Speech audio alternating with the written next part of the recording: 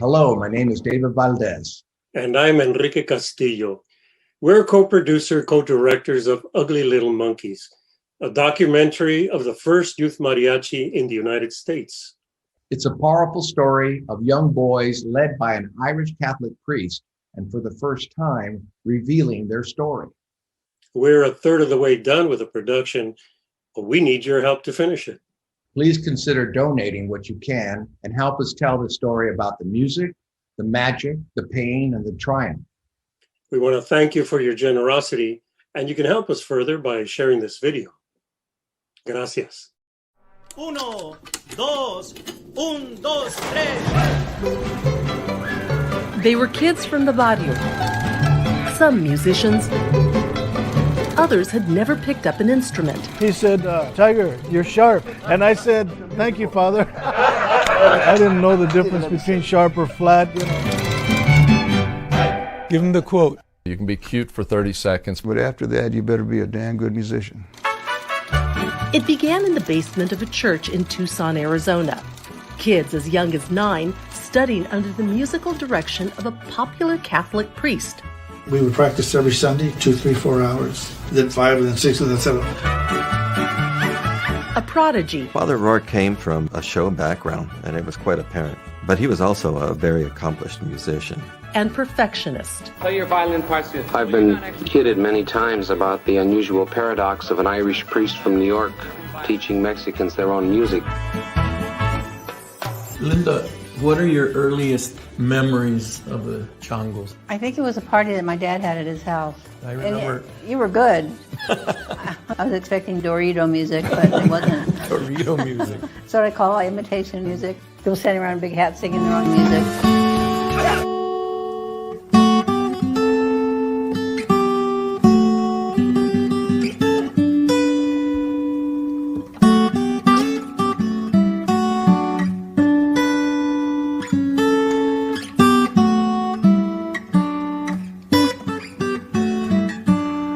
La orilla de un palmar, yo vi una joven leña, su boquita de coral, sus ojitos dos estrellas. Soy Gotta find a part there. Start right there. Soy huérfanita.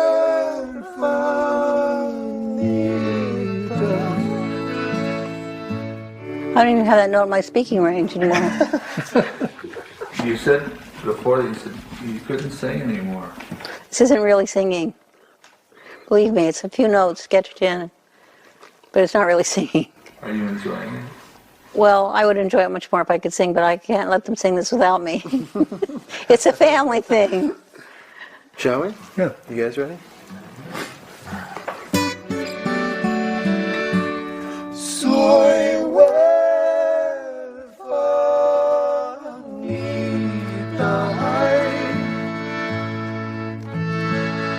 no tengo padre ni madre, ni un amigo hay que me venga a consolar. Solita paso la vida a la orilla de un palmar, y solita voy y vengo como las olas del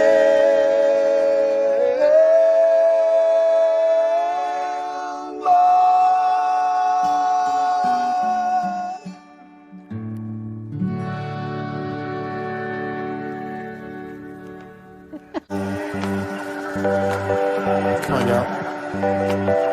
Come on, y'all. Come on, y'all. The Slant? Yeah, but isn't this the unplugged version? I don't know, I think it's the unplugged version. All right, Paulie, let's go.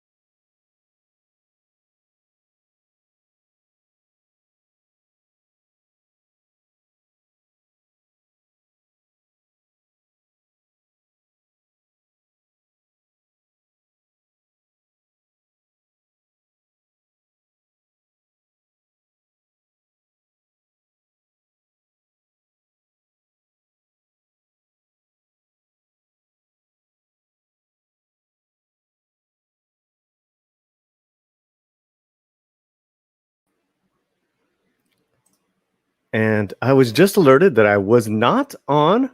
I'm going to take this off for a second. You know, I just had a break, about a week. I had off. And I just so you guys know, I was riffing, man. I was monologuing right now. And I appreciate the private chat. Are we thumbs up now, Cameron? Okay, good. Oh, I love you guys. It's not even I was unmuted, everyone. I was off the screen. Okay, let me just say hi to the members here. And if you're not a member, please consider becoming one. We have the great Eric K. We have Clobbering Times. We have Dave Bob. ¿Qué más? Who do we have? Stephen Otten. Of course, Mexican Ironman. I think I saw also earlier on was it's Courtney and probably D-Bud. So welcome everyone. Welcome all. Much love to everybody. I pulled a Nerderotic. Hey, hey, that's good company. That's really good company. Okay, so here, I'm going to start again. Life is beautiful and life is horrific. Upon watching that video, I am deeply reminded of this potential beauty that we can create with music and art, and also the intense sorrow that I felt watching someone like Linda Ronstadt physically not being able to sing. That is chilling. And I want you to pay attention to the video, because I will play it later at the end of the show, where this mariachi group of children out of Tucson and what they had to ordeal. And I wanted to save that a little bit. But, you know, it got me thinking also, too, of some of the stories I've been covering, some of the articles and the issues that the fandom has been covering, and then what our great guest is all about, Mr. Kamran Pasha. And by accident, I it was a spell check. I did a live video about a half hour ago on Twitter, and it spell checked Kamran Apache. Kamran Apache. You are Kamran the Warrior for the next hour, Kamran. And actually, you're the warrior at every day. You know, you're one of our heroes, man. So, but yeah, I started thinking about then my ancestors, right? The Olmecs, the Toltecs, the Mayas, the Zapotecs, the Chichimecs, the Aztecs. I mean, these people mapped the stars. They were master builders. They were warriors, like Brother Kamran. They were warriors, like Mexican Ironman. They were warriors, like T-shirted historian. But there were also, you know, the whole human sacrifice stuff that you can't get around. Beauty and horrors. But that was a long time ago. The Olmecs, they created the concept of zero. I'm reminded of that old question: what have your people done for me lately? Well, shoot. Let me just give you a little drop. This 9-year-old autistic Mexican gal, her name is Adhara Perez. She's a prodigy. She has 2 degrees. Her IQ is in the 160s. She was just invited to join the aeronautics program in Alabama to study space science for NASA. She wants to be an astronaut. Well, let me just put it this way. It looks like she's going to be an astronaut. And in her bravery and her intelligence and her depth, she's taken a pause in living with family in San Diego to learn English and as she's going to college. Take as long as you need to, mija. But let me tell you what she said when they asked her the secret to life. Do not give up. And if you don't like where you are, start planning where you want to be. Ay. Wow. Take as much time in your childhood as you want to, Adhara, please. But I am happy that you are on this planet. Then I start thinking about things that bring us together, right? Because I was talking about, you know, like my cultural lineage, and then we're all warriors and everything. And then I think about martial arts. And I think about the gentlemen that were given the task of going across the world to teach it to different cultures, and how their own community hated on them. You talk about Asian hate, they hated on themselves. That is the fact.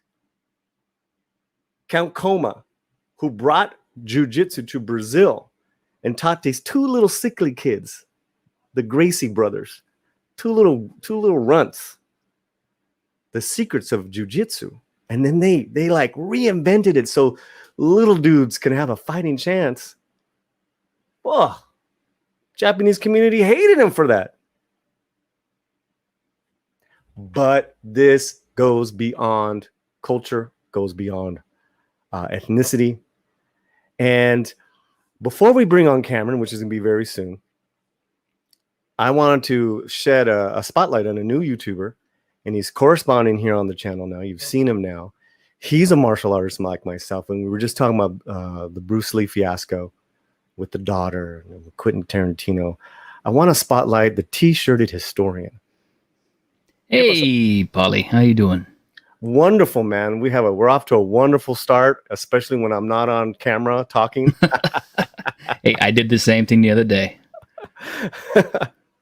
Like 15 minutes, I was just, addressing the empty microphone and no live play. Yeah, man. So we have a great crowd, and I don't know, maybe we can get the link to a T-shirt historian, but you're a new correspondent. And one of the things we were talking about, because we're both martial artists, was this Bruce Lee hate going on, or not hate, but this fiasco in Hollywood of the daughter trying to protect her legacy, right? And I get it; it's her father's, that's her legacy. And then Tarantino, and he's been making the rounds lately with interviews. And you had some cool takes on that, man. What are your thoughts on that? Because you're a martial artist as well. Well, Paulie, I'm actually drinking Bruce Lee's favorite drink right now. Water? Water! Nice. No, but okay. I saw Once Upon a Time in Hollywood in the movie theater, and I have to admit, I bristled the first time I saw the Bruce Lee scene. Because, Tarantino chose to play up kind of the stage persona of Bruce Lee. The Bruce Lee that he played maybe in the films and things, but the actual Bruce Lee that I remember, from all the documentaries and things that I've watched over the years, and of course all the films, he was actually a pretty sweet guy, and pretty accepting, although he did charge a lot of money for his tuition at the time, but that's because he really wanted the cream of the crop students, people who really wanted to learn this martial art. So yeah, and he got so much heat from his own community, man, back in Hong Kong, back in China, and in the Asian community, and in the States. That's not really talked about. Right. And now there's this. Go ahead. Yeah, he literally had to fight for his right to teach non-Asians. So yeah, and we're his descendants. You could say that. You, myself, even though we didn't do particularly maybe Jeet Kune Do or Kung Fu. I don't know what your discipline is. Mine is Brazilian Jiu-Jitsu. Mine is Shosho Ryu Aiki Bujutsu. And Muso Jikiden Eishin Ryu Iai Jutsu Kata Kenjutsu. Wow. So Bruce Lee's global. He's a Muhammad Ali, man. And with that, you got to be, this whole thing with Once Upon a Time in Hollywood, it's a fable. It's called Once Upon a Time. Yeah. It's fiction. The whole movie, it's a fiction. It uses some, historical characters, but it uses them in a fictional way. Jane Mansfield didn't go to a movie theater all by herself and watch herself on the screen, any more than Bruce Lee walked around, strutting his stuff and talking shit about American stuntmen and all this stuff. He didn't do that. Right. Yeah. Yeah, it's baffling, but yet it's not surprising, and it's unfortunate. But I wanted to connect you with this, and also too the fact that you're doing weekly videos on the channel now. Oh yeah, and you got 2 under your belt. You want to talk about that really quickly before we bring in our special guest? Yeah. Actually, I wouldn't have done them if it weren't for you. Because first you had me working on the George Duarte video, and that one meant a whole lot to me, Paulie. Thank you very much, because I'm half Cuban, I'm half Mexican, and my father, of course, is a Cuban refugee who escaped to the United States, immigrated, and he's a full citizen and everything now, just like George Duarte. My dad didn't have it quite as hard as George did, but he lost everything, just like George did, and had to rebuild from nothing. Yeah. So I really connected with that experience on a deeper level, and no, it's great. And you could check out t-shirted videos here on the channel, and you started reviewing the Mayans MC. But let's keep you around for another minute. Actually, I want to bring in our special guest. I'll bring you right back in. My special guest for the night is an author and TV writer, producer. You've seen him on huge channels to our little old Latino casita as well. I don't know if he's been on with us live at night. I'm not sure. I know we've done several because of Midnight's Edge. It seems like we've just been done a lot, but it's a pleasure and honor to bring on to the show again, Mr. Kamran Pasha. Hermano, what an honor. Thank you so much for bringing me onto your channel. And I do believe I've been on live before, but it's often been just in snippets. I think it's the first time we got a bit of time together. Yeah, I think this is the first time where it's like our nighttime. We've done pre-recorded stuff.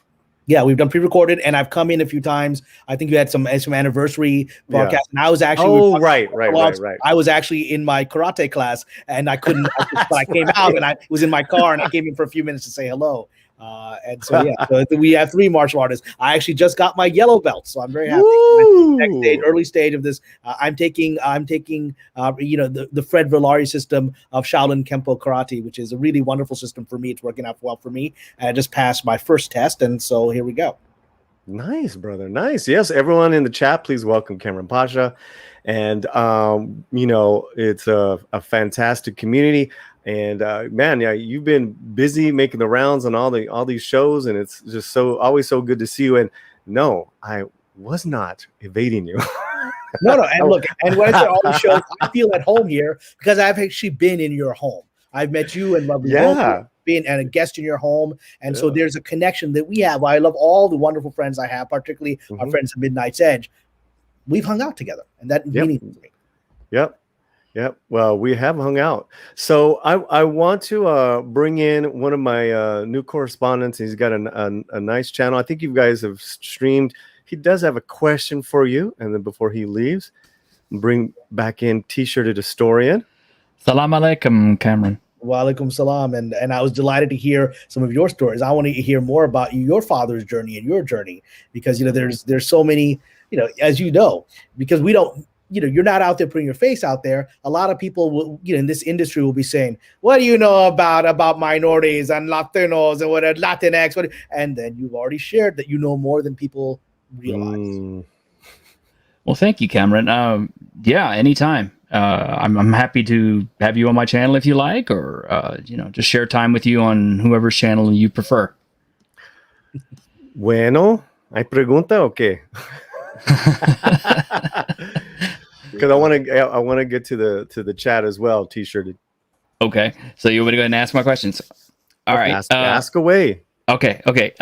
Kamran, your style is Shaolin Karate. It's Shaolin Kempo Karate. It's a style that was developed by Fred Villari in the 70s, and I found a master of it in actually in Glendale. So it's a long drive. It's about an hour drive without traffic from Santa Monica to where I go, and with traffic it's 2 hours. But it was one of the few studios that was open during all this lockdown this past year, and I went there, and it was really wonderful for me. I took some Shotokan and I didn't really connect with it, but this particular style, which combines Kung Fu, it combines Hawaiian Kempo, and it combines traditional karate, I found to be incredibly effective. Even we've already taken some elements of jujitsu. It's supposed to be a system that tries to bring in all elements of it, including grappling. And for self-defense, I'm finding it something that's very useful for me. And it's interesting because your style is a hybrid style. My original style, Shoshoryu Aiki Bujitsu, is a hybrid style. And Brazilian Jiu-Jitsu is technically a hybrid style too. Technically, it's hybrid. Yeah, which the purists would curse us and laugh. But here's the history of it. Actually, here's my wonderful. I have lots of books. Here's my wonderful history of Shaolin Kung Fu, right? Which is a great book if anyone wants to get it. But all martial arts are hybrid styles. They're all evolved. I mean, if you study the history of Shaolin Temple, the art it developed was evolved from an Indian Buddhist monk who came there, and so there was Indian martial arts that were brought in to China, and then it was brought into Japan and to Korea and to Vietnam, and each is evolved hybrid, and that's the nature of it. It's as Bruce Lee said, it's water. Exactly, and I think that's very interesting because it's Jeet Kune Do is a hybrid synthetic system as well, and Bruce Lee recognized that his own traditional fighting styles were not up to the task of the demands of an actual street fight or a regular martial arts fight, which is why he started taking the best of all the different arts out there and studying them and putting them together. And I think that is a great tradition, and I think all styles that do this, whether you term it a style or not, I think these are awesome, and I think these are great. We're carrying on Bruce Lee's legacy in our hybrid martial arts.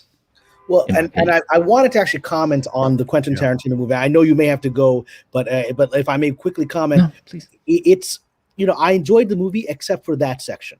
I took it very personally because I have a little bit of experience with regard to Bruce Lee. I don't know Shannon Lee, but I've had cross paths with Bruce Lee in this way. About 10 years ago, if you remember, I worked on that show Tron Uprising, which was the animated show. So we were really, the Tron movies were the first ones that were really using the facial technology that we're now really familiarizing ourselves with, de-aging and all of that, right? And so after the movie had come out and I'd worked on Tron Uprising, I was approached by a studio, one of the major studios. One of the executives there approached me and said, we're interested in using that technology to develop a movie to resurrect Bruce Lee and bring him back, have another actor do the moves, but use it to physically. And we're actually talking to Will Smith about doing sort of a movie with him and Bruce Lee's ghost. And can you come up with a take? So I came up with a take. I came up with a take because I'm obviously a huge fan of Bruce Lee, and I have tremendous respect for him. And one of the reasons he left Hollywood was that he experienced so much racism and disrespect and mockery. He was mocked as Kato, even though he was carrying that show, Green Hornet or whatever. And he was, and then he, and his idea for Kung Fu was taken away from him, right? And given to David Carradine, right? It was his show, right? And so nobody wants to watch a Chinese guy do it. So he was so offended by the disrespect and racism, he went to Hong Kong. So I knew his background, and I came up with looking in, because I'm familiar with obviously martial arts and Asian Taoism, came up with this movie where essentially Bruce Lee was part of a secret lineage of ancient masters, and every generation the master, like Yoda, would pass it on to the next generation. Nice. But then in this movie, because there's a lot of questions around his death. There's the official story, which doesn't always add up, and so some people thought he might have been taken out by an adversary, and that's what I suggest in his movie, that he had been killed by an enemy, evil, sort of the dragon tongue, right, that was coming for him, and he wasn't able to pass on the great lineage to the next generation, which was going to be this young black kid who would later grow up to be Will Smith, who didn't know that he was part of this lineage, right, and that later he would come back because he wanted to move him as a ghost, to essentially, like Yoda, guide Will Smith to his destiny to become a martial artist from the other side. And it was a very respectful take on it, which a lot of reverence, actually, because I have the reverence. And I came in and I pitched it, and the executive brought me into his boss, and the boss sat there listening, and then he says to me, "You know what? Nah, that's too serious. We're looking for a dumb buddy comedy." We're looking for a buddy comedy where we can make Bruce Lee the butt of the It's joke. above their heads, man. Yeah, but they wanted to make Bruce Lee the butt of the joke, and I looked at it. You told it. I heard the story. And I said to the executive, I said, you're going to be laughed out of this town. You're going to lose your job. And, you know, if you're going to disrespect Bruce Lee, do you know what an icon he is to the world? You're going to try to make him a joke. I was escorted out of the building because he was so, nobody speaks back to a powerful studio executive. I literally said that to his face. I was like, you're going to be out of a job if you try this path, right? And I was so offended by that. So Hollywood has had resentment and jealousy towards Bruce Lee that they hide behind jokes and they hide behind what's just a thing. But it's there. It's the white man's jealousy towards this master martial artist who's really handsome, who the women love. And there was a profound jealousy of that in the 60s, and there's a profound jealousy of that in 2020s. It's really okay. Well, that's a hot take, man. That's a hot take. T-shirted. Thank you so much, man. Oh, I just got one more thing, if you don't mind. I'll be quick. I'll be quick. Okay. I'll be quick. Okay. All right. Well, to those out there who actually were offended by the Tarantino movie, I would say start watching Warrior. Season 3 is about to come out. We've seen season 1 and 2. Those are officially recognized as Bruce Lee derivatives. Those are endorsed by his daughter. On that. Yeah. And I know everybody's going to roll their eyes who has heard me talk about this before, but also go back and watch the old anime Fist of the North Star, because the lead character Kenshiro is based on Bruce Lee. It's very respectful. It's very cool. All right. Well, you did it, man. Thank you, T-shirted. And you can catch T-shirted's his videos once a week. New videos here on the Latino Slant. Gracias, bro. Thank you. And Cameron, it's great to see you again. Salam alaikum. Welcome, salam. Hope our paths cross soon. Definitely. Real fast before I bring in my my other co-host to help me balance this out. Yeah. All these warriors here. Just want to say real quick, Krusty Moco is a new member. Muchísimas gracias, Krusty Moco. Eric K, $2. Welcome to the Latino Slant Stream Nerdrotico version. Yeah. hey, I was in Palm Springs. Maybe my mind is still there. Yeah. It's a magical place. Palm Springs is mystical. I love it. Oh man, we had a great time. A little too hot for the dogs, but we had a great time. And I think there was one more there. Roger H for $1.99. Thank you, brother. Thank you so much. Oh, and for another super sticker, did I just lose it? Órale. Our friend. For $1.49. Yeah. I love when Andre says his name. It always works well in the Norwegian accent. Well, she comes on Friday nights and she sings great songs on her karaoke hour. Oh, I didn't know. Okay. Yep. She does. So let's bring in everyone's Iron Man, the Mexican Iron Man. Wait. I'm here for the show on equality and diversity and inclusion. Is this the 7 Pillars of Disney Channel? Am I at the right place? Wrong channel, my friend. Wrong channel. Yeah. Wait, hold on. I have to put an X. I have to put an X in the channel. This is Pakistan X. Yeah, Pakistan X. Oh, no, you didn't. I'm triggered. Action stations. Wait, hold on. For those who doubt, I've been catching a lot of grief, Cameron. I think it's ever since me, you, and Doomcock were on the same threads. People don't think I'm really Mexican. I am Mexican, people. Hold on. Wait. Hold on. See? Mexican. Hey! Mexican. Brother. See? Isn't that funny? The true Mexican, man. Your Aztec ancestors, your Olmec ancestors will say, I recognize this guy. Right. Yeah, so we'll keep the focus on you good-looking guys. No, so, it's all good. So I was afraid. I was really afraid because I saw the title of this, and I just want to make sure. I don't understand. Are you guys saying there might be elites either in Hollywood or back way in the ancient times that might have ruled over other people and tried to suppress their feelings? And I mean, what's this concept of elites? Is that breaking news? Yeah, and sometimes they even do things like sacrifices of people. What? Sometimes sometimes it happens. Sometimes the sacrifice it happens 2021. Sometimes it started on a pyramid and it continued with your Twitter channel. That's what I think. They went after my boy. Listen, if you were an Olmec farmer, you were Oh man, I was so mad when they hit your Twitter account again. I was just like, dude, if we were out on the playground, Kamran Mexican Ironman would have met him out back by the bicycle racks behind the gym, like old school style, brother. Right? You are such a good friend and a good supporter and a good ally. I don't feel I deserve the honor, but I will take it. I'm in an industry where I have very few allies, and to have you out there fighting for me with your scimitar, my friend, I will take it. Hey man, I'll even light up some of my lightsabers, and Paulie knows I'm good with the lightsabers, brother.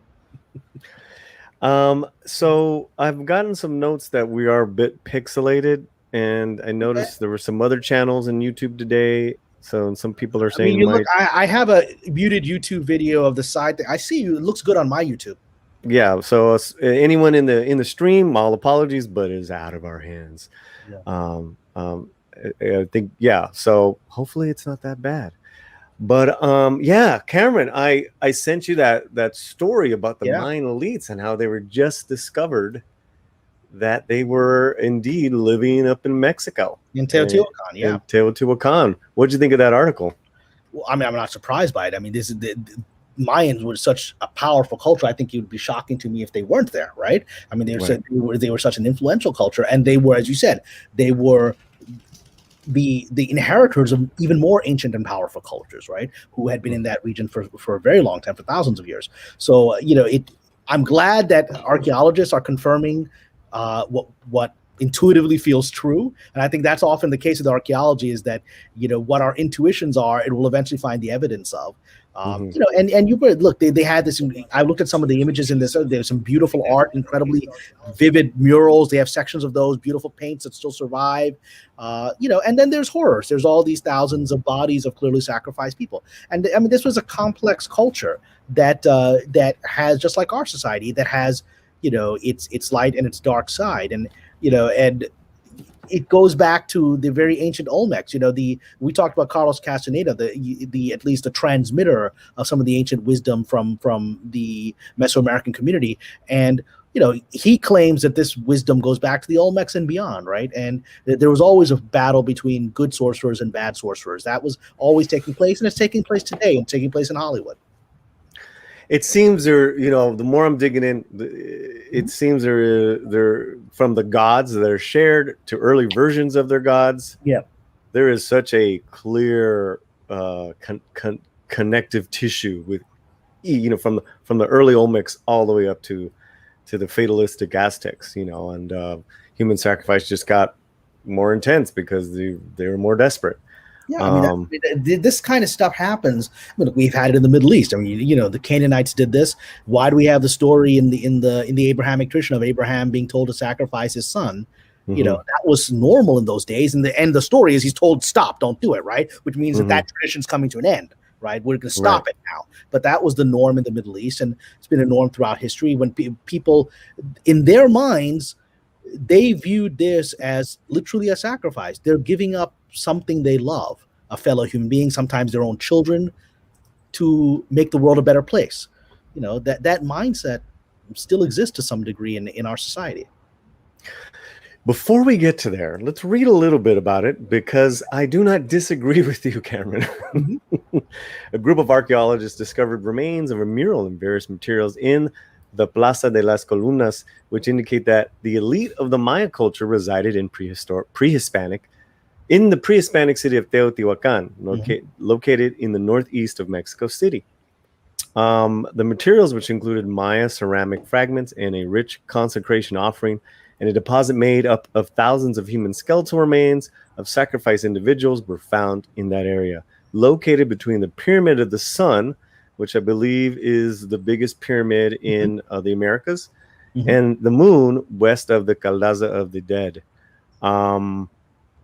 I think very recent, and then this is from last month. There was another recent discovery that there were indeed children remains as well. Yeah, so pretty intense. It is intense. I mean, it's interesting because, and we can talk about it. I'm a very big fan of the movie Apocalypto, and I'd love to hear your perspective on it. But Apocalypto, I think, number one, it made that world come alive. It felt like I was there and around normal people of the time, just living, right? But it also, Mel Gibson starts it off with a quote about, no great empire can be destroyed until it destroys itself. And he was trying to actually make a comment about the Iraq War.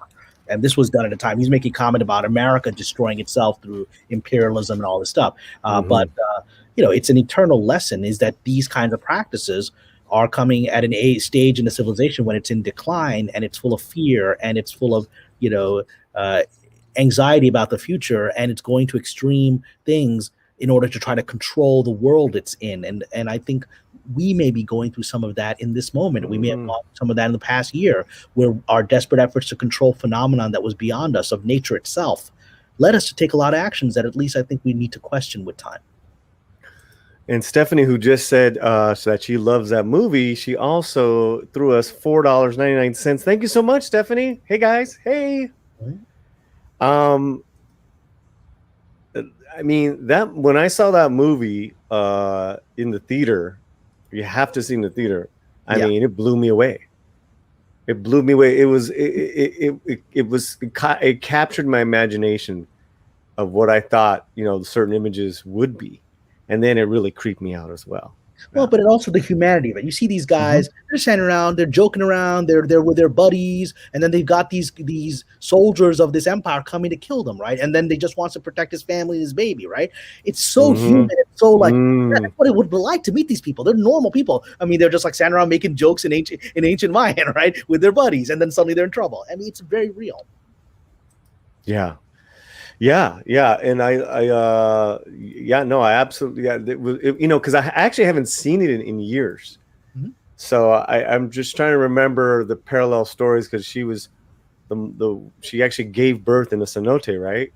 I believe so. Yeah. I mean, I haven't seen it. I just saw the movie like about a month before I left California back then. Okay. So it's pretty fresh with me. I found the movie outstanding. Of course, when you watch something like that, I don't get all wound up about, how historically accurate every single detail is. I think it was a fantastic story that told a great story. And I just think I'm going to say it like this. You know what stood out for me? It was really hard for me to see my ancient people doing what they did to my ancient people. It really did. It hit me over there with the 2x4. I had never studied the history and never really looked at it. So it was the first look when I originally saw it when it came out. But it didn't glorify it. And because it's about, like you said, these are ancient residents of what we call Mexico today and Central America, Guatemala, all these years. These are people that are being oppressed. They don't think this is normal. They don't think what's happening to them is a good thing, and they're trying to resist it. This is not part of their humanity, the events that are happening to them. Yeah, I mean, let me just read this real quick. But the remains of the mural painting in the Plaza de las Columnas allow us to affirm the presence of the Maya elites in Teotihuacán, and that it was not periodic for ritual purposes, but permanent. So they were there the whole time. Likely the artists who made these murals and the highest political Maya officials lived in the building north of said mound. So they had the best condos. Yep. While the, regular folk different. Yeah, they were in Bel Air, basically. Right. We were in the lowlands. But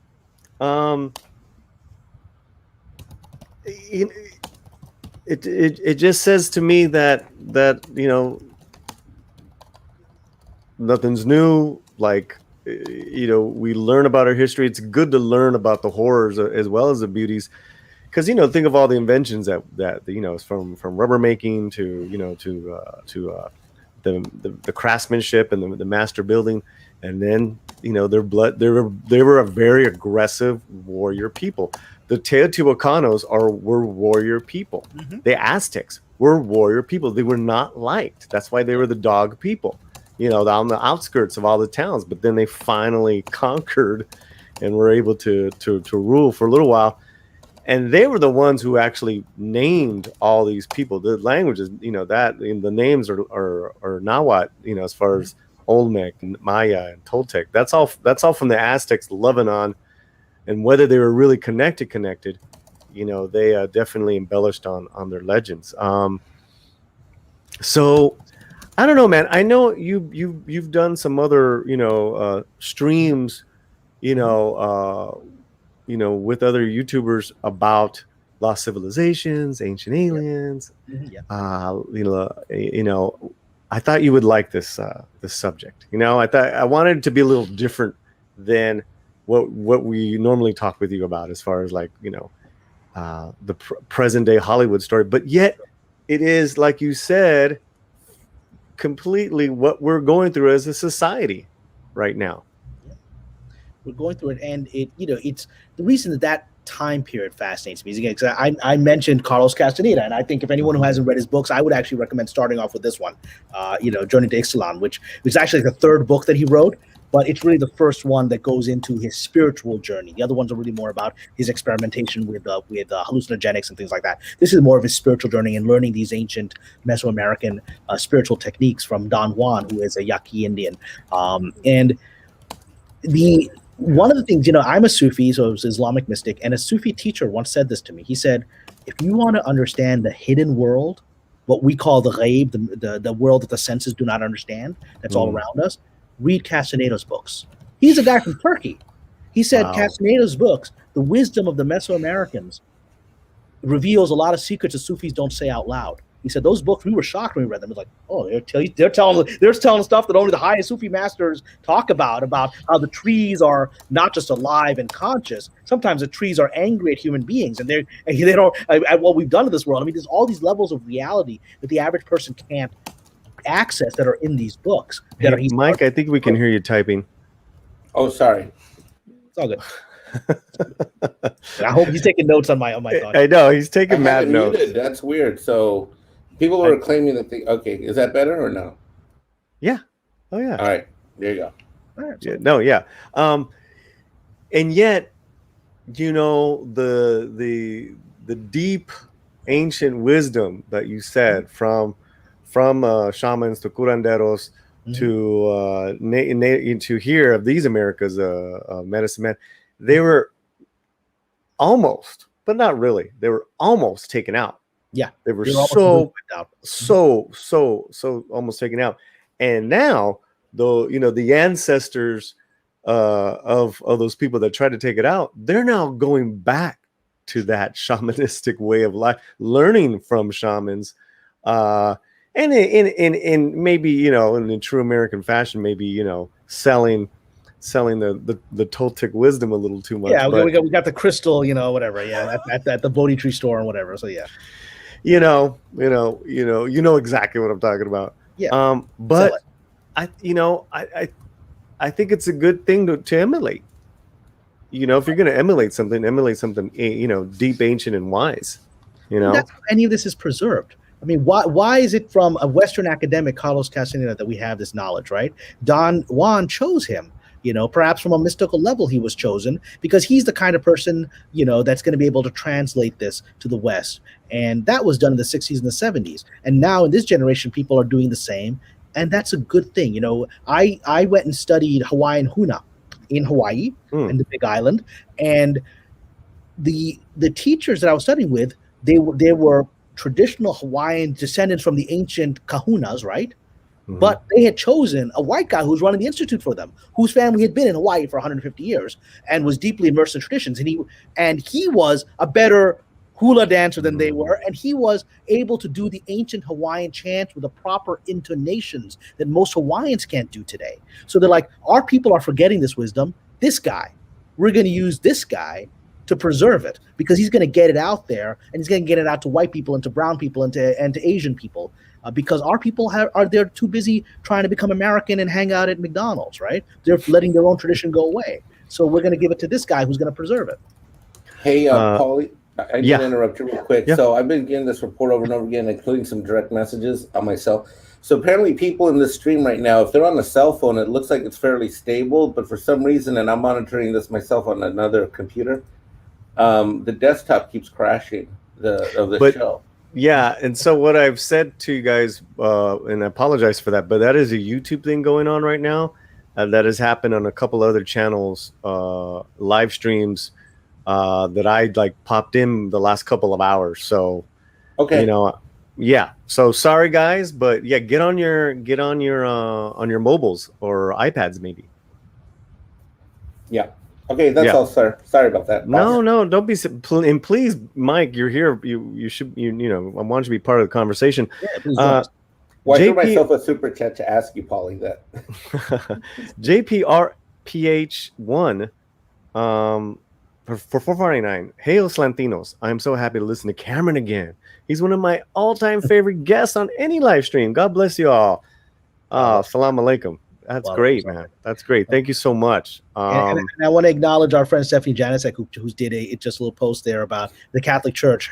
You may find it there. She says the Catholic Church has, there's a lot of the hidden wisdom that the Catholic Church doesn't always talk about. And I think a lot of that is ancient wisdom from the communities they interacted with in Central America and Mexico. They learned a lot from them. I mean, who was the biggest shaman of them all? Christ. Sure. Absolutely. He was a, you could say that's what he was perceived at in his lifetime. He wasn't a priest. No, he wasn't a traditional rabbi. He's this guy healing people and touching them. Right. He was a dark-haired weirdo in the woods. He was doing exorcisms. That wasn't normal behavior. I mean, exorcism is actually the most miracles in the Gospels are exorcisms. And so that's the stuff that a shaman does, as we would define it. Yeah. Yeah, absolutely. And then Mexican Ironman, you come in for $10. Thank you. Nice. So funny. Keep it flowing. I love it. We as a species hardwired then to engineer societies that create elites that oppress and suppress, are thus unable to govern ourselves collectively.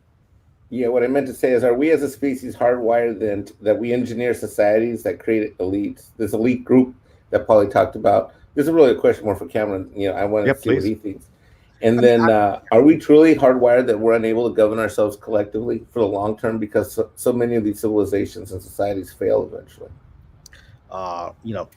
My instinct is that human psychology requires hierarchical organization. I think it's part of who we are. I think even in the lowest tribes and the lowest in the sense of, I guess from our Western perspective, lowest, but in the most simple tribes out there that are still living close to the earth, there's still a shaman, there's still a tribal chief.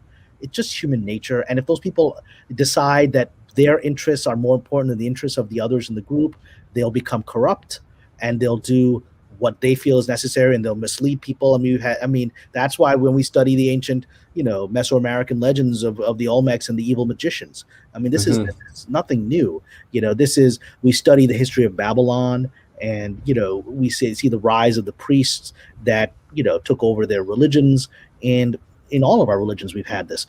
I think it's human nature, the hierarchical psychology, and I think it's a cycle. I think it's a cycle of someone like a Christ showing up and turning it all upside down, or in my tradition, Muhammad. I mean, these guys show up and they turn the previous corrupt structure upside down, and then after they're gone, the same people that corrupted the previous structure come into the new one and they do the same thing. And so that's the same pattern that we've seen throughout history, and it's part of the human condition. I don't know. I'm not one of these people that, like Marx, who believes that there is a future history that's going to be different.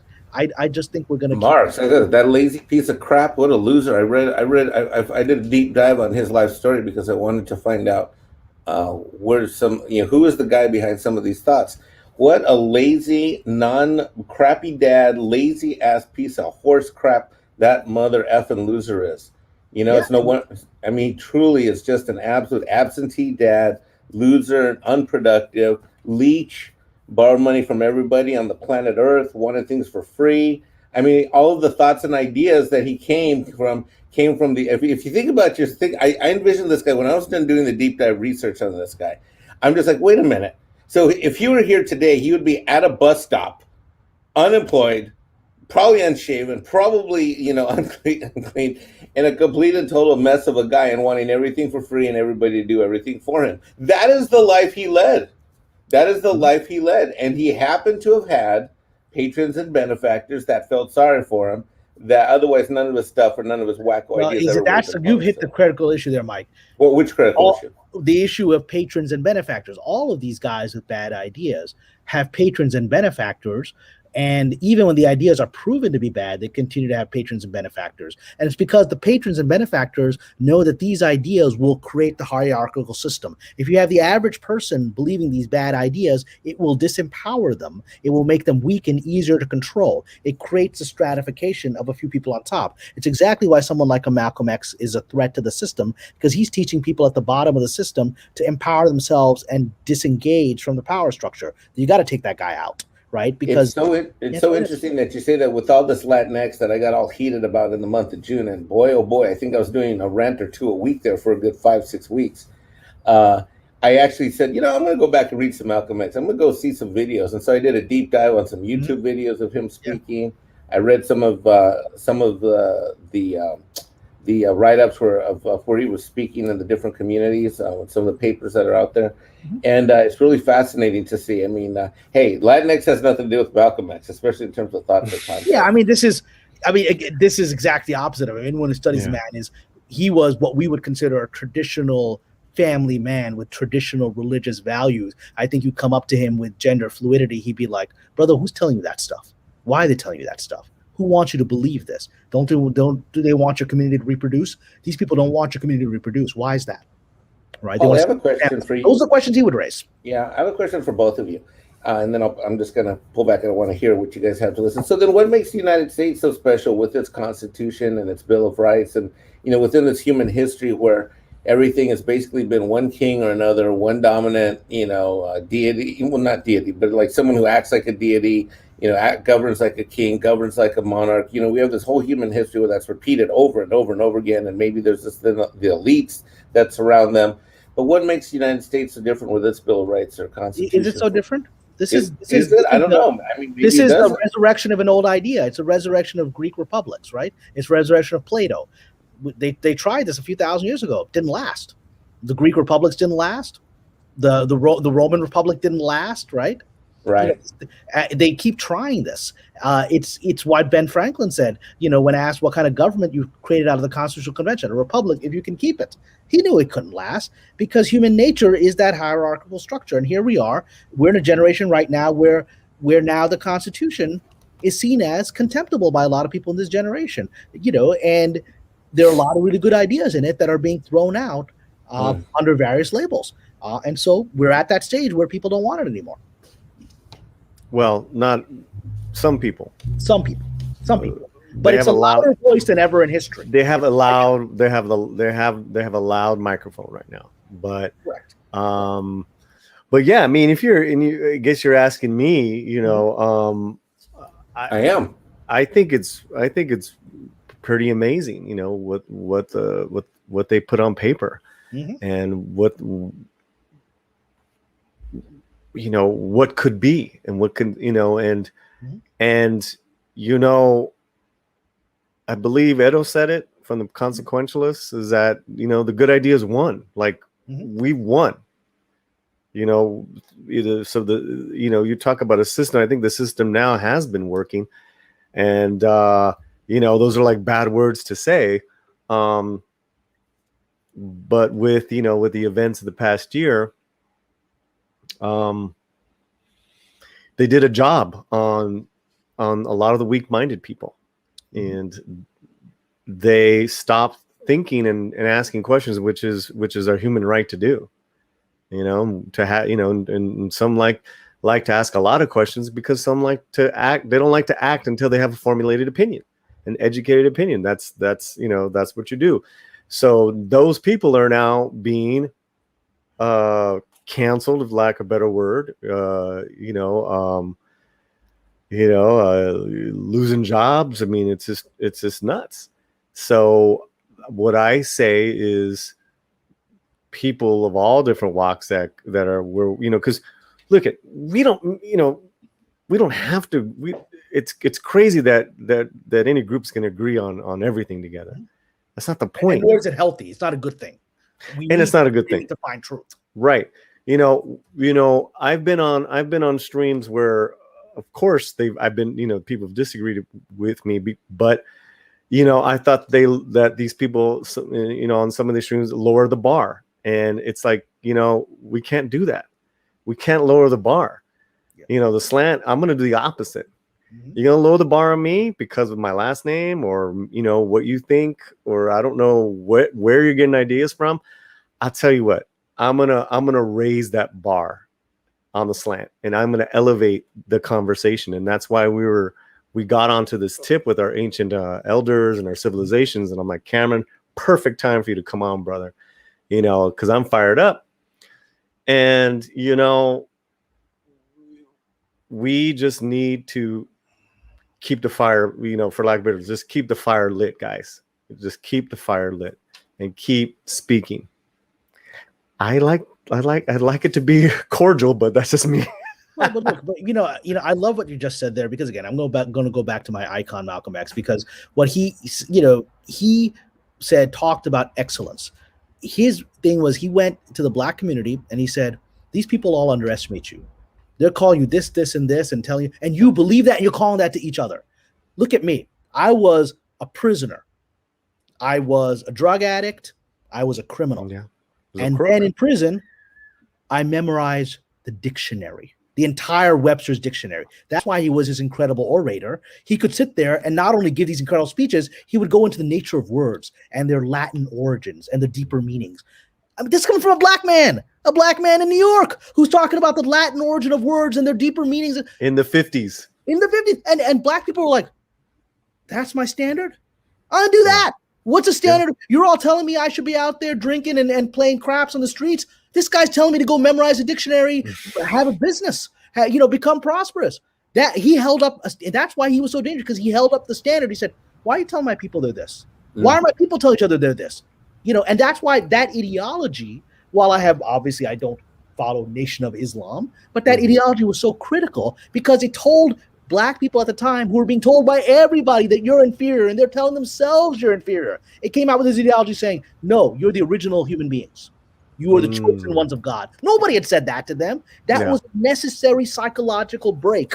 And he was the necessary spokesman. And then he was the necessary spokesman for the next day, which said, all right, we're going to let go of that need to be superior, to just be superior in ourselves rather than as a race. Sure. And then that's when his next step of elevation was, oh, there's other people who think and are just like me, but they're not black.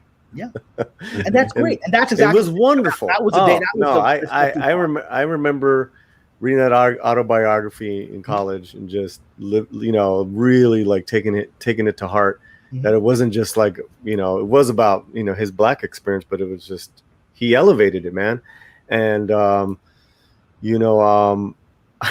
remember wearing I could never get away with this now, right? And I was like Cal State LA in the 90s, wearing a too black, too strong T-shirt, and it had Malcolm on it, because I was like, yeah, I have a T-shirt that says "My conservatism is Malcolm" with Malcolm's face on it, right? I wear it proudly in LA. Yeah.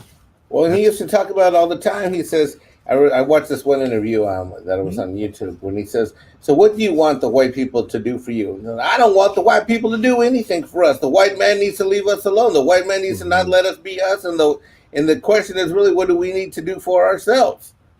Well, there's that great moment in the movie, which is actually a historical event, when he went to Columbia University. That actually happened. Yeah, where a young woman, nice white liberal woman, came up to him and said, I'm not like my ancestors. I want to break free of their sins. How can I help you, Mr. X? And what can I do to help you? And he just looks at her and goes, nothing. And he just walks away. I don't want your help, right? What a performance. It broke her heart. But it was actually something she needed to hear, something that maybe a lot of people who are talking for the black community today need to hear. You know what my favorite line is, Paulie? I guess I gotta tell you. We didn't land on Plymouth Rock. Plymouth Rock landed on us. Well, that goes to the Chicano model. We didn't cross the borders. The borders crossed us. Yes, that's exactly why I love it, brother. Well, there's truth to that too. There's so much truth. I mean, my grandfather, and I want to get to Latinx really quick, but my grandfather, Santiago, and his dad, they used to jump the trains to work seasonal farm work. That's how he met my great grandmother. Over 100 years ago, in that territory of Texas and Arizona, there was no states yet. Arizona was still a territory, right? And you just jumped the train for work, man. and he lost his leg. He didn't jump too well that one time. But he's a great story. But Cameron and Mike, the great thing about this Latinx in I don't hear me out, and what Hollywood is trying to push on the Latino people is the huge now. It's huge. This pushback. It's a Chicano pushback, and it's a Chicano saying, "Listen, I know what that term is for LGBTQ. Fine, but I'm a man or I'm a woman. My language is Spanish. It's already gendered. That's who I am.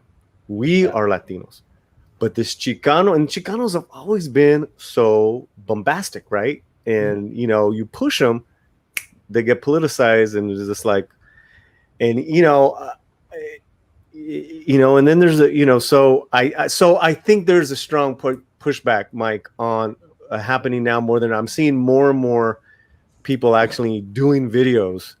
I just saw a huge site called American Cholo do a video against Latinx. I'm like, and these are lowriders. These are lowrider guys. They're not politicized. Yeah. These are lowrider dudes. Go on.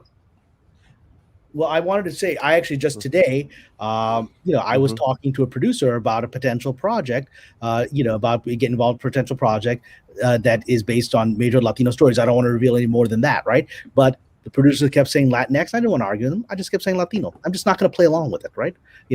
And he continued to say it his way, and I continued to say it my way, and he didn't notice. He didn't notice because he's too busy virtue signaling to himself, right?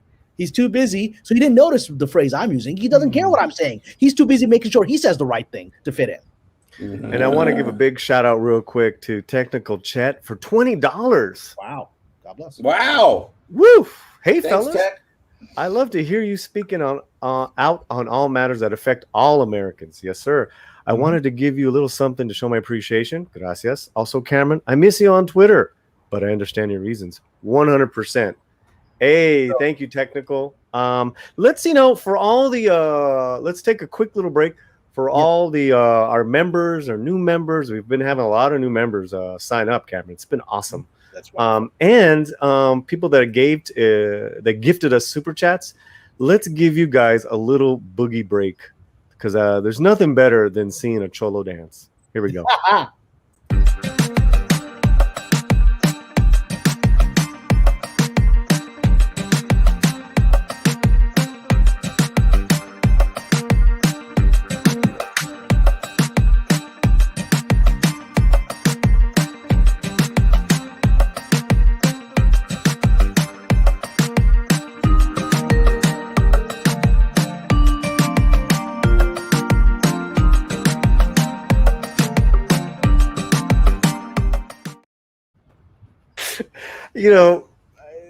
There's something about a guy with a belly, with the shirt off, shimmying that just because he's authentic and he really doesn't care what you think about him.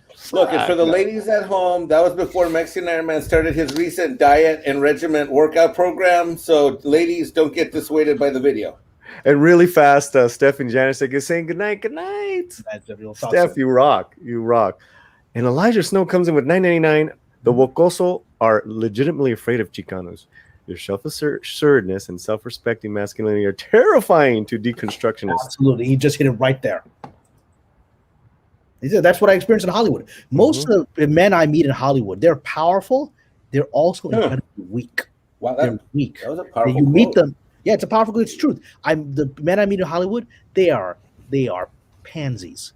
They are wealthy pansies. They're very powerful pansies, but they are people that could not survive a street fight, right? They would run and beg for mercy. They wouldn't protect their wife or children if someone entered their home and the wealthy security guard wasn't there protecting them. Well, that's the question I want to ask the two of you. I haven't practiced martial arts a long time. I used to do JK Shotokan. Got up to first level green, so I was next step would have been a brown. But I have a question for both of you who are currently practicing. How does being in combat sports, which is what they are, I don't know what another name of it was, how does that reinforce your purpose in life, your mission in life, and as a man or as in business people, how does that play into your psyche and your mission and your life's purpose? Both of you. Well, I would love our Brazilian Jiu-Jitsu master to go first because you're a black belt. Well, as a black belt, right, it took me 12 years to get my black belt. So there's patience right there. Then because jiu-jitsu is not a it's a constant contact sport, grappling, wrestling. You know, you don't need space to attack and move, right? Because in most stand-up martial arts, you need certain amount of spaces for certain techniques, and it's always going back and creating that space. Here, it's constant contact while creating space, right? So I could be the quietest guy who's in a turtle position, which looks like, I'm on my hands and knees turtling up while someone's just trying to attack the crap out of me.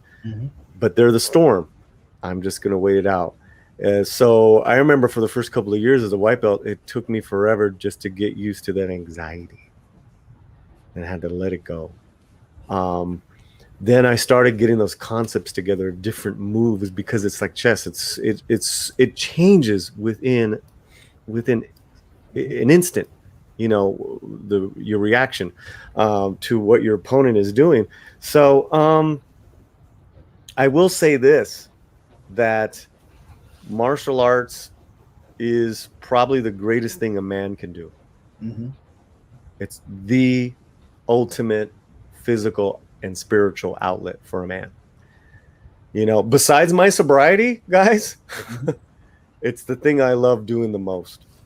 I love, and once I got to that level, I love teaching it. I still have parents, sons. Andy Vargas' son, where they keep me up with their kids' progress. Professor Paul, Carlo, he just won a championship. It's just like, and that one kid, he's got some strikes against him. He's, as far as being, some people are just born behind an 8 ball, and I worked extra hard on that kid, right? And boy, has he risen to the occasion. So there's a lot there, man. There's a lot there, and so the wokosos will poo-poo it. That's like, well, that's violence. I want to do yoga or Tai Chi. And it's like, you know what?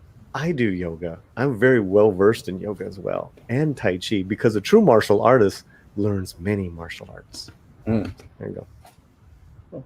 I mean, that's such a profound and many layered answer that I can't add to it. I can only come to a side, and here's a little thing on the side with that, which is that I think martial arts are ultimately about mastering ourselves, which is the technique that the people we're talking about, the wokosos, who are the servants of the elite power structure that wants to keep most of us down, don't want. And that's why they're threatened. They're threatened by it, of that self-mastery and the ability to master your environment. Because when you do that, you don't live in fear. You live in authenticity, right?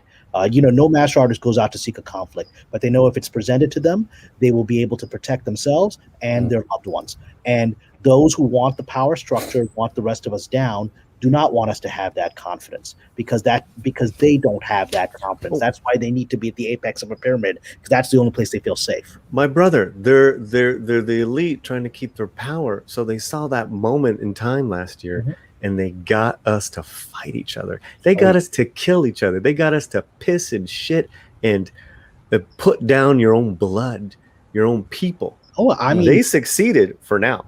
Families were broken apart. I saw it with my own eyes. Families were broken apart over the events. Trust. Elijah Snow for $4.99. Thank you. Exactly. They're powerful and weak. They haven't earned a cent of it. They were handed their power, and they know it in their souls. That is correct, because we're not at the stage in this moment in Hollywood of the entrepreneurs who created the town. We're not the guys who showed up from Brooklyn who were shoe salesmen in 1910, right, and showed up in this undeveloped area of the coast and created a movie industry, right? We're not those guys. We are the grandchildren of those people who have lived through 70, 80 years of privilege, who have created a club in which they don't want you in there. Their grandparents fled a club like that on the East Coast to create Hollywood, right? And so these kids are recreating the very same oppression that their grandparents freed themselves from as entrepreneurs. Both of you guys have a insight to my life that few people do. You actually been to my home and you know Romy. Oh yeah. You know what a powerful woman she is. Oh yeah. Right? Oh, yeah. And so the only type of man she's gonna be with is gonna be one just as powerful. Yeah. And it's a blessing and a challenge to meet that challenge, because let me tell you something. As wonderful and challenging a woman's life is, a man's got to prove himself that he's a man every new day. Absolutely. And there's no mercy for us. It was Chris Rock that said he's right. Unconditional love is for women and children. It's not for men. It's not for men. You have to earn your respect. Yeah, we don't get to experience unconditional love. We get to experience from our moms. We get it from our moms if we are in a healthy family. But that's it. That's it. And that's the lesson of life. That's women don't understand. Today's women. I don't want to go crazy off of it, but it's like they get so many benefits because they exist. We get no benefits for existing. But that's okay. That's okay. That's okay. I don't bitch about it. I mean, especially the ones where the roles are discussed in communicated in our home. Yep. And everyone's good with it, right? Yeah. But I know what you mean, and let's not go down that entitled road. Well, again, I mean, and I want to say, I accept the way the world is, and I accept the way sexual dynamics are. It's a good thing. That's how life forms. A man's job is, it's even looked at on a biological level of gametes, right? It is billions of sperm fighting for one egg, right? Right. And that's a good thing, because the best possible survivor will then be the one that reproduces just within that, right? This is how life moves. And any man that's afraid of competition is afraid of the destiny that he's been given by life, right? It's beautiful, man. Beautiful. We're having some great comments. The chat is lighting it up. They love you, brother. Another $5 from Fred Sackle. I've wrestled, studied Taekwondo, Judo, and done MMA. It's all about being a peaceful warrior in my book. Yeah. People don't understand that. Well, especially Hollywood doesn't understand that. As far as the peace you get from physical training. In fact, I think now aren't there articles and a movement out there where they don't want men to work out? Yeah, I've seen that. That's that. Martial arts is unhealthy. And sure. I mean, it's madness. I mean, the agenda is so clear. It's unhealthy equals threat to us. Yeah, 48 people in the chat. Amazing. Hit the like button, share it. Thank you guys for being here. This is awesome, man. Kamran Pasha. So you have a book. You've had a book. It's been out for a while, and Mike has been, burning the midnight, oil here, reading and studying your book. Let's have Mike. If you have a couple more minutes, Kamran. I got about 20 minutes, and I got to hop. Perfect. Well, we're gonna close up in 20 minutes, anyways. This is perfect. Mike. Take it away, brother. Wow. Okay. All right. Rock and roll. Well, Kamran, as you know, I've been. I was inspired by one stream that you did, and I went and ordered the book. And now I've ordered 2 of them. I haven't started the second one. Let me ask you a question off the bat, because I'm not sure about this. Which book did you write first? I'll show it. I got them here. Because I'm reading Swords right now. Yeah. So this was actually the first novel, Shadow of the Swords, and my novel, On the Crusades, which you're reading. Okay. Is the first book I wrote. I wrote this as a screenplay in 2003, which got me a lot of attention, but didn't sell as a movie at the time. And then I was so frustrated at all the attention I got from it and all the praise. And then I said, well, I'm going to novelize it, and I turned it into a novel. And I spent 4 years trying to get a publisher to look at it. And in 2007, Simon & Schuster read it, loved it, and bought it, and gave me a 2-book deal. So the interesting thing is this was the first book that was written, and then they gave me a 2-book deal, but they actually put the second book out first. The second book, which is this one, Mother of the Believers, which is a historical novel on the birth of Islam from the point of view of the Prophet's wife. They just thought that that was such a unique and thing. There's books on the Crusades out there. There was really nothing like that. So we're going to put that out first. So the novel you're reading is a second novel that came out, but it's the first one that I wrote. So that's what I was starting to think about, because I got to be honest with you, I kind of cheated a little bit, and I read the first couple chapters of Mother. But I put it down. I said, no, I got to finish Shadow of the Swords, and I'm about almost 2/3 of the way through it. Okay. I tell everybody in this chat stream right now that's watching, listen, if you're frustrated that Hollywood's not giving us anything, and you're spending anywhere from 30 minutes to multiple hours on this YouTube listening to people whine, bitch, and complain that there's nothing good in Hollywood, take that time, reinvest it in reading this book. Wow, thank you. Now, I killed me because I had to put down the book. I might have finished it, except I wanted to watch the Tomorrow War, so I watched that for 2.5 hours. Really I was actually on the phone, this week with one of the producers of Tomorrow War. He's very happy with the success of it. I thought it was a lot of fun. Not to take things away from the book, I'll come back to the book, but we'll talk about that at the end. Let me ask you this. Let's talk about the book. Listen, everybody. If you're spending anywhere from 30 minutes to a couple hours a day on YouTube, doing something on a stream, listen to streams, whatever, take the time and read this book. I have actually had to go back and reread certain chapters in it, similar to like watching a TV show episode, because the way you've organized the chapters, they're very quick and tight. The chapters run, and it's almost like, a few of these chapters as you're going through it could be their own show. I've got about 2 or 3 questions that I want to highlight, but everybody in chat stream, I want to tell you, Mexican Ironman gives us 5 out of 5 stars so far, and I'm not at the ending yet. I can't even wait. There's some fun surprises coming, my friend. Okay, because there's all kinds of stuff happening there. But listen to me, if you guys haven't, it's very affordable. Go to his website, KamranPasha.com. It'll give you the link to Amazon.com. I'll find the link. I'll drop it in here in a minute. I think Paulie already put it in the chat. Great. So yeah. It is.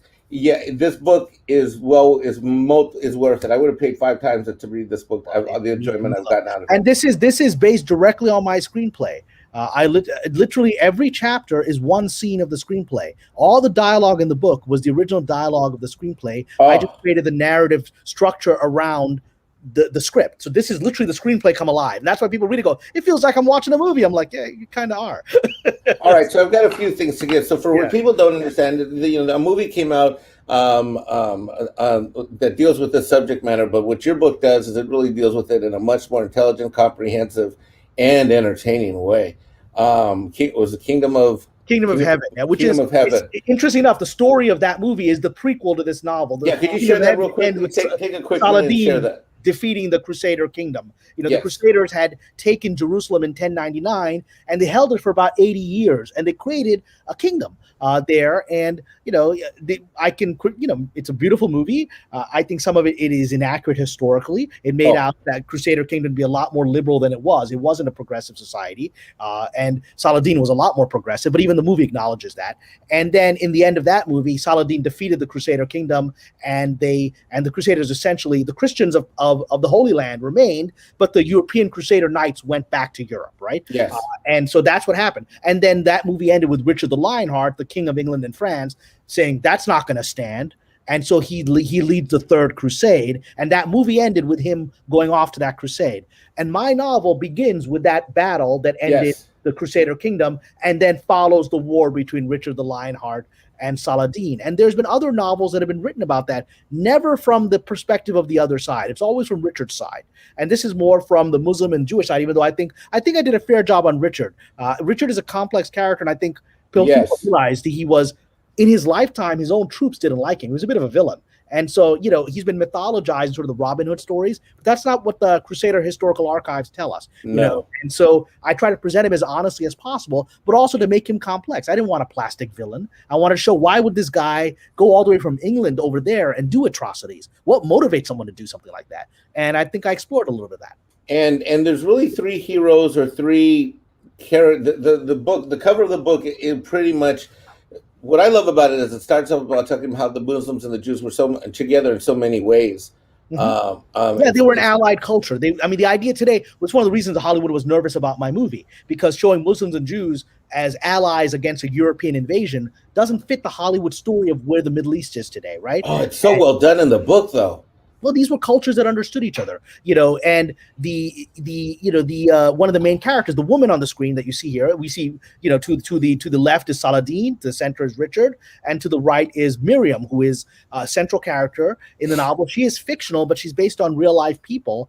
Saladin used a lot of Jewish spies during the Third Crusade who helped him against Richard, and so that's true. And she is, in this novel, she's the niece of a real figure, Maimonides, who's one of the most important rabbis in Jewish history, and the example, he was the Sultan's best friend, and he was, he grew up in Moorish Spain, and he came to Egypt and then into the Palestine, and so he was fluent. He wrote all of his great Jewish literature and spiritual works in Arabic, right? And that's how connected those cultures were. Right.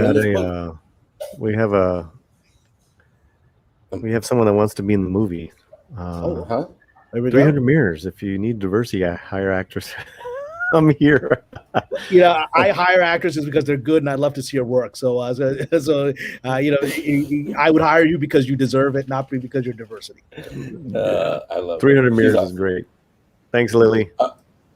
Now, on the eve of in the middle of all these Hollywood issues, and on the eve of this Black Widow premiere, what I love about Miriam, let's talk about the strong woman character. Yeah. And how we have a woman here who is able to maintain. This is what I see from reading the book.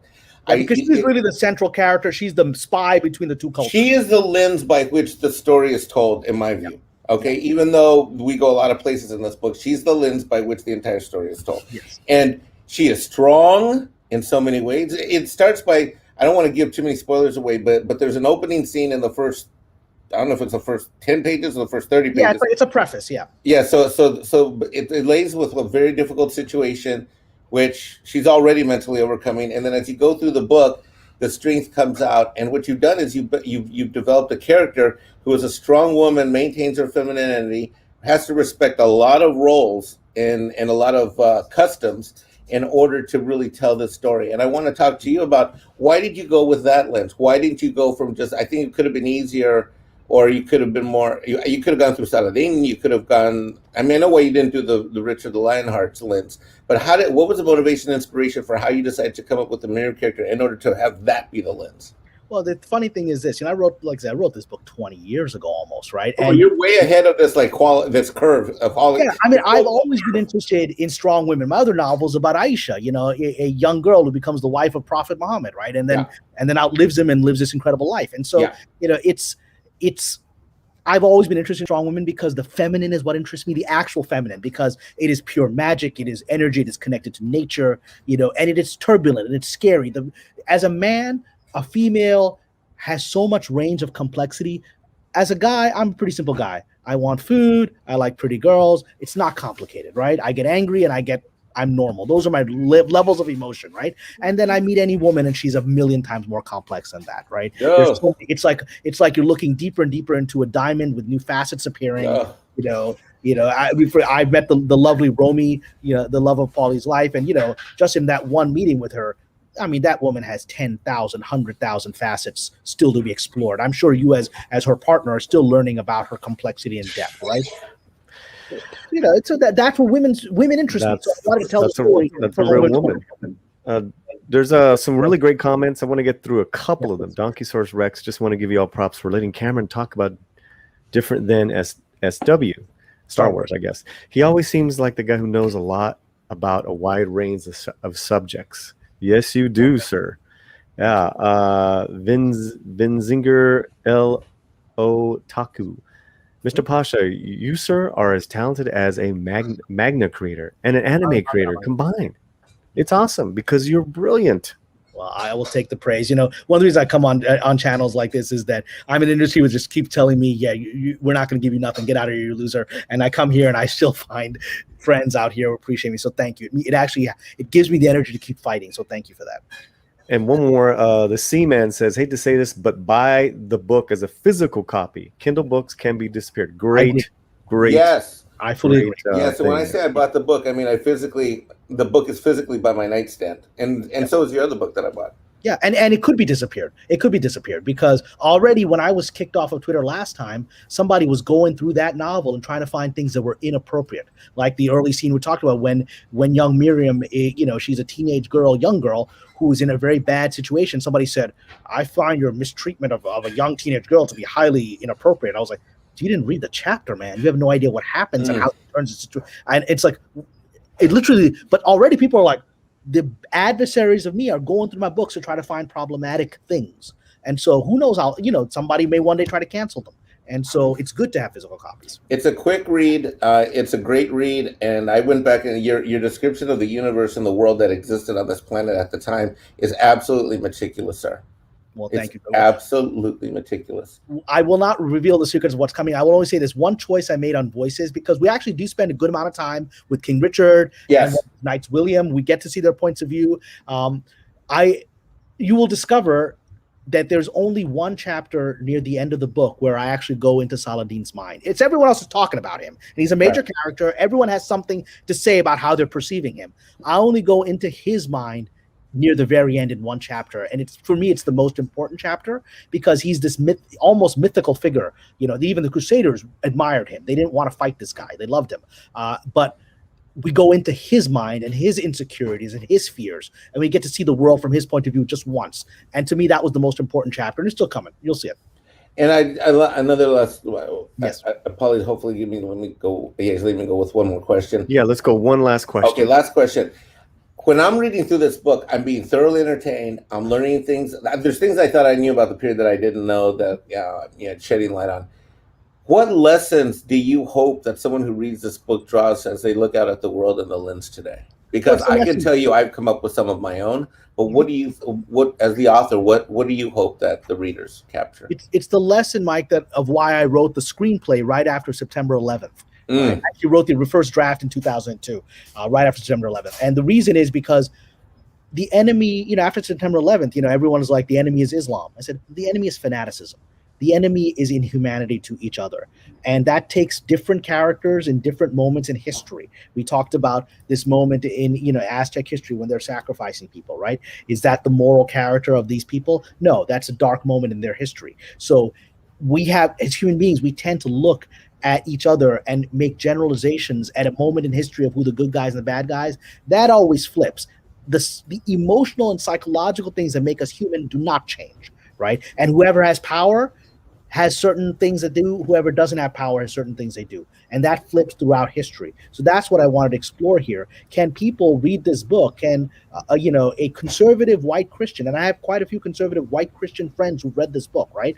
Can they identify with the Muslims and the Jews and not the Crusaders and not feel like I'm disrespecting Christianity? Because I'm not disrespecting Christianity. And I made that very clear that some of the actions from these people wasn't Christian and they knew it, right? And so that's the purpose of this book, is to make us go, can we get past our labels and see each other as human? Wow. I think we are just like true warriors.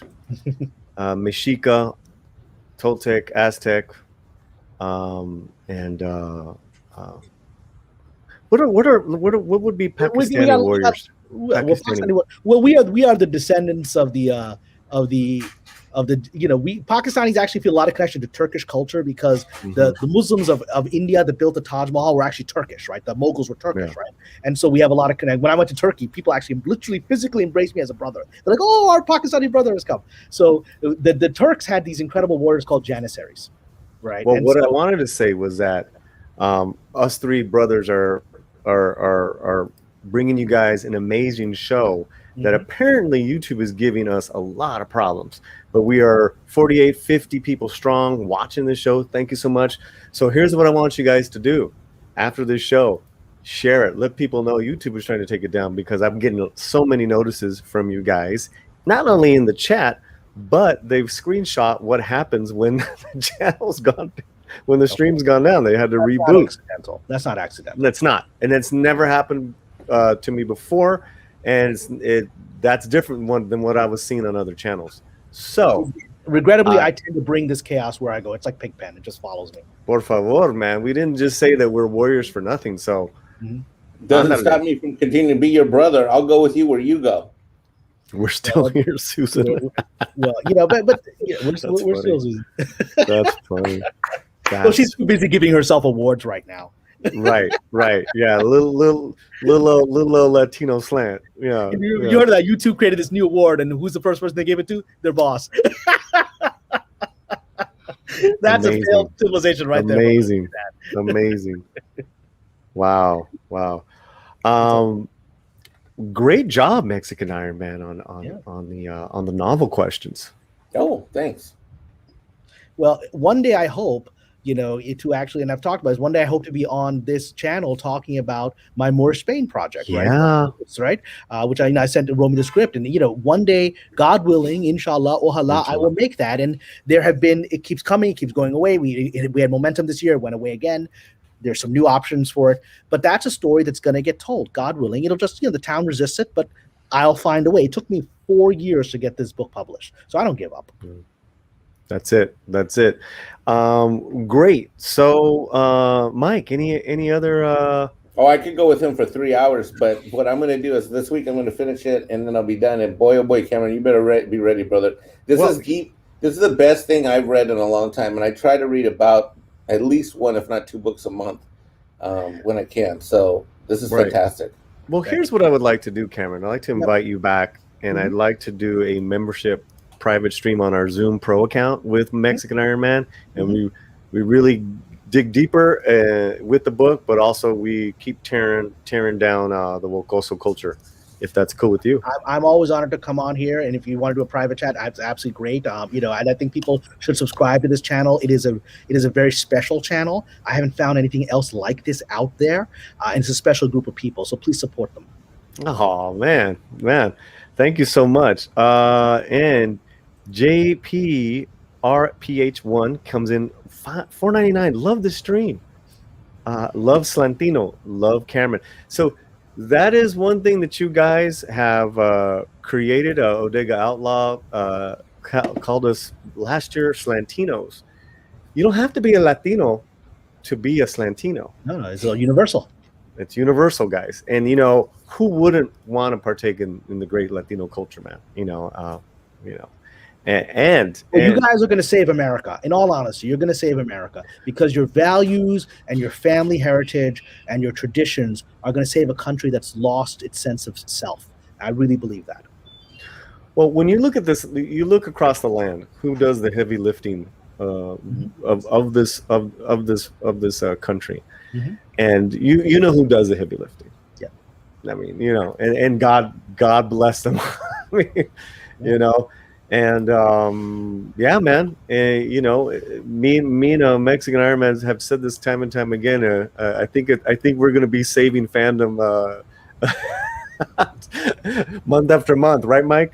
Yeah, we really. I say, we don't want to be a channel that lowers down to the lowest common denominator of the horse crap and fighting with each other. What we want to do is we want to elevate, educate, entertain, and celebrate all of the great things that are not just Latino culture, but and not Latinos, with everybody.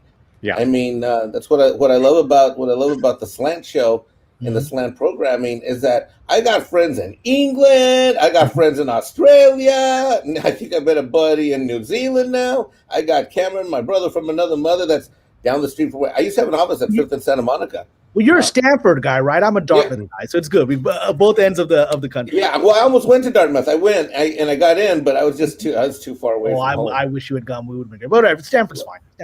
Oh, okay. Well, where can people reach you? Because I want to let you go with go with grace, go with God. But let's give you a nice outro. Where can people reach you, sir? Well, now that Twitter is done, I think the best way if anyone actually wants to contact me, Instagram, my DMs are open. It's my name, Kamran Pasha 72. So if you need to reach out to me, the best way is to send me a DM through Instagram. I don't check Instagram regularly, but I will get to it eventually. And and so that's the best way to reach out to me right now. And and hopefully you'll buy my book and send me a message as well that you like it. So. Cameron, thanks again for coming on the show. Hermanos, I'm always honored here. I feel at home when I'm at this channel in the same way I felt at home when you invited me to your home. So thank you so much. Yeah, and speaking of, the weather's great. You gotta come hang out again. Let's really cook. Let's really cook. Let's really cook. I'm gonna bring some of my halal recipes. We'll add them to it. We'll see. And I need to invite R&B over as well. Robert Meyer Burnett. Oh, of course. Yeah. Cool. Well, then we'll do a show. We'll do it. Hopefully, sitting out having incredible homemade food, and we're gonna be watching everyone watching us eat. Yeah. Cameron, man, enjoy the rest of your evening, brother. Thank you, my brothers. I will see you all soon, inshallah, and many blessings to you. And I will say the phrase that connects us back to our ancestors. Assalamu alaikum. Salam alaikum. Alaikum assalam. Wow.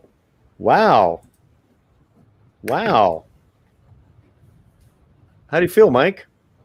Oh, well, I feel great. I love Cameron. I'm glad you're back. Golly, don't go on vacation again.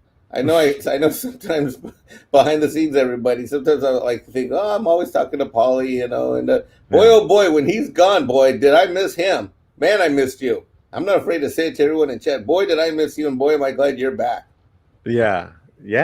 No, I mean, we all need our breaks, and Mrs. Slant needed some special attention, and we need to get out of town for a few days. So it was great. But thanks a lot, man. Thanks for holding it down and doing a great stream with the Consequentialist. That was a great interview you did. He's so amazing. He is. Thank you for entrusting me with the show and the channel. I appreciate it. It's a great opportunity.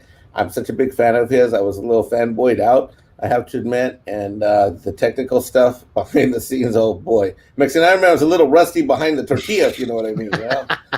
Too many tortillas, maybe. Yeah, maybe, but we get lost in the tortilla eating, man. I tell you, man.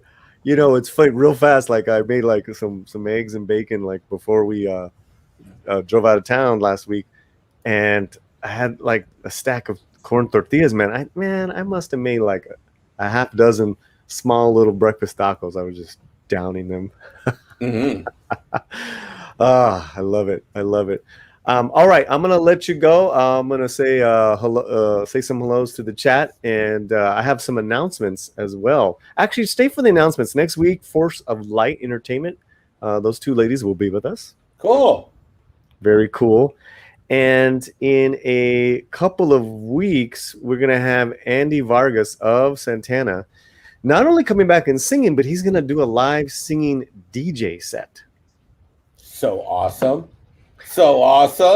Right. And the band El Tule, I played their music early on. They're another find. They're another band from Austin. They are a dance band.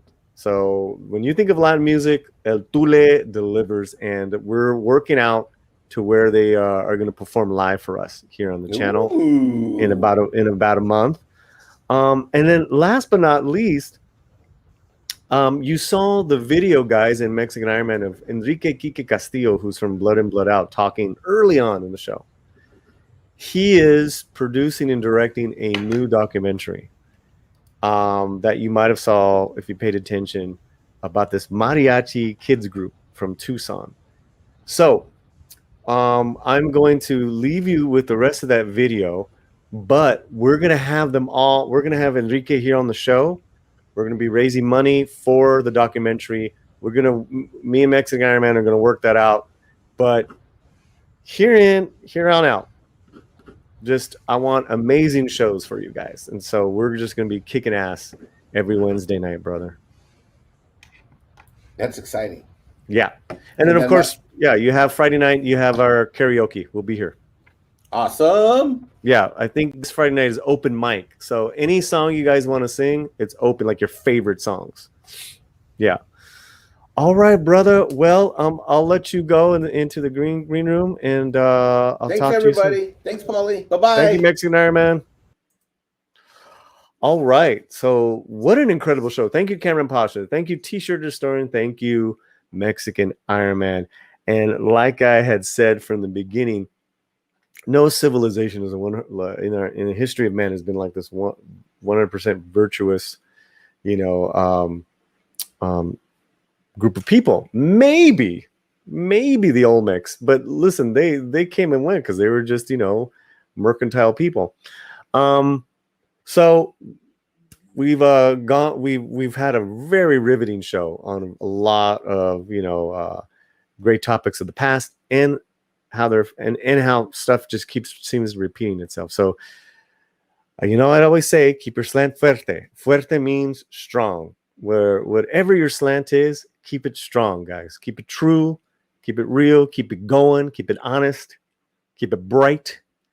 And we'll be all right. So what I want to do is I want to play this video for you. And just a little warning, it does touch on some a little bit of heavy issues, but we talked about the beauties and horrors of the world. And this is the topic of this documentary is beautiful, and yet it is a little dramatic, a little harrowing. So let's bring this up. Let's share it. And oh yeah, real quick, guys. I just started the Mayans profile. It's pretty cool. Follow me there as well. Okay. Here we go. Everyone be well. Let me see here to get rid of this commercial.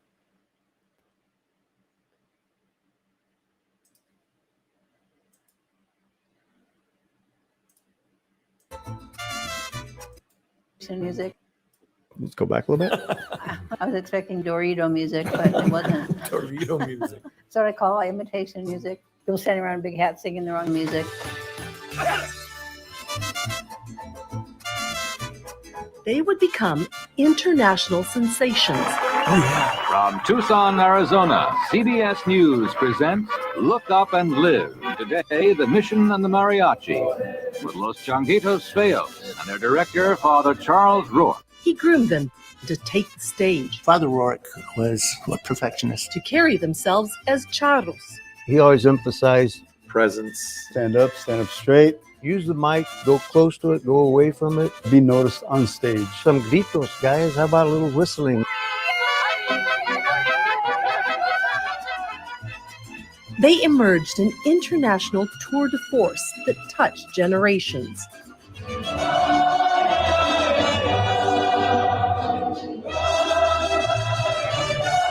The group is still here 55 years later. But under the direction of their musical and spiritual leader. Their success came at a cost. Gilbert, may the peace of Christ be with you always. And with your spirit. A Catholic priest who robbed them of their innocence and trust. He got pulled over by the oleanders by the railroad tracks by my mom's house. Got to the rectory there at the church, and I was in the car when he reached over. I was able to push him off of me. And then when I felt a tug, I jumped out of the car and I ran home. He never touched me, but he was close enough that I will never, ever in my life forget the smell of cigarettes, vodka, and Old Spice. I had no idea that he was doing this to others. I had no idea. But if it was a trip and there was alcohol, something bad was going to happen. Or we'd have to prevent something bad from happening. In spite of everything, Father Rourke built a foundation for Mexican culture and music. A story of brotherhood. Like I say, if it wasn't for him, the Changos wouldn't exist, Cobre wouldn't exist, and probably the Tucson Conference wouldn't have started. Survival. No Mexicans or blacks allowed. They refused to serve us. 12, 13, 14-year-old kids, what are we going to do? And triumph.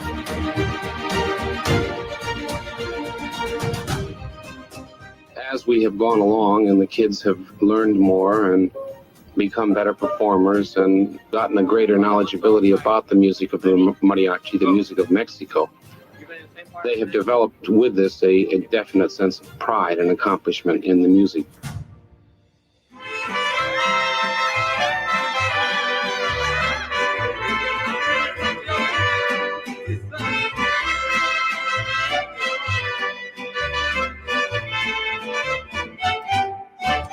And the iconic figure has a face only a mother could love.